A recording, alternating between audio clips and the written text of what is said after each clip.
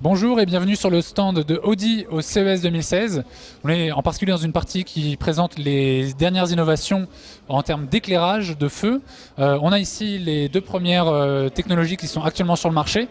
Le feu à LED Matrix qui permet donc d'occulter, par exemple quand on est en plein phare, une voiture qu'on va croiser pour ne pas l'éblouir. On a ici aussi une deuxième génération qui est la première génération de phares à laser. Et la toute nouvelle version, ça c'est vraiment l'avenir de l'éclairage, c'est du laser Matrix. On va pouvoir avoir beaucoup de segments, à tel point qu'en fait qu'on va pouvoir donner de l'information avec ces phares. Et on va tout de suite vous démontrer ça. Donc pour les besoins de la démonstration, on va utiliser ici une application smartphone qui va nous permettre de démontrer un petit peu toutes les fonctions. Alors ces feux, naturellement, ils offrent les fonctions habituelles de plein phare et de matrix qui permettent de ne pas éblouir sur la route. La nouveauté, c'est donc qu'on a tout un tas de possibilités de transmettre de l'information. Ici, la première, c'est offrir une sorte de passage piéton. Ça, c'est très important pour un futur assez lointain avec la voiture autonome. Le conducteur étant passager, naturellement, en fait, il n'y aura plus de contact avec le regard du conducteur. Il faut que la voiture puisse indiquer au piéton qu'elle va croiser que le piéton, que la voiture a bien identifié le piéton et que le piéton peut traverser. Et donc là, c'est le phare qui va projeter sur la route un passage pour indiquer aux piétons qu'ils peuvent y aller. Une autre fonction assez intéressante, c'est là on est dans une configuration en conduite manuelle, dans des situations un petit peu compliquées avec des routes étroites, pas mal d'obstacles, etc. Et la voiture en fait est capable de projeter sur la route deux lignes qui vont vraiment démontrer la largeur du véhicule. Donc ça c'est très pratique, on a toujours un petit doute sur le gabarit de sa voiture.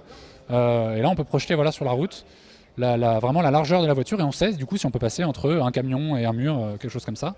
Et on peut même vérifier que ça fonctionne aussi dans un virage comme ça, en bougeant les lignes sur la route. Autre fonction,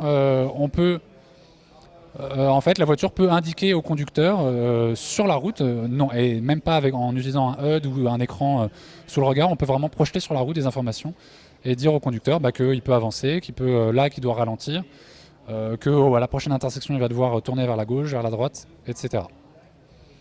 Et dernière fonction assez, là pour le coup, qui est plutôt amusante, on peut projeter sur le mur, ça peut être un petit peu par exemple le petit bonus de bienvenue quand on rentre dans son garage chez soi.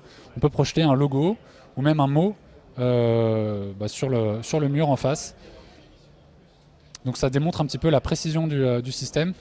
En fait on passe de 2 fois 25 segments sur les phares à LED Matrix existants à des centaines de milliers de segments, puisqu'en fait on a un laser, un petit peu comme un vidéoprojecteur qui va projeter vraiment ce qu'on veut, avec une grande puissance et avec une grande précision. Ici on a les éclairages arrière du futur. Comme pour les éclairages avant du futur, le but du jeu c'est de pouvoir découper. À l'avant on utilise du laser, ici c'est de l'OLED, la même technologie que pour les tout derniers téléviseurs.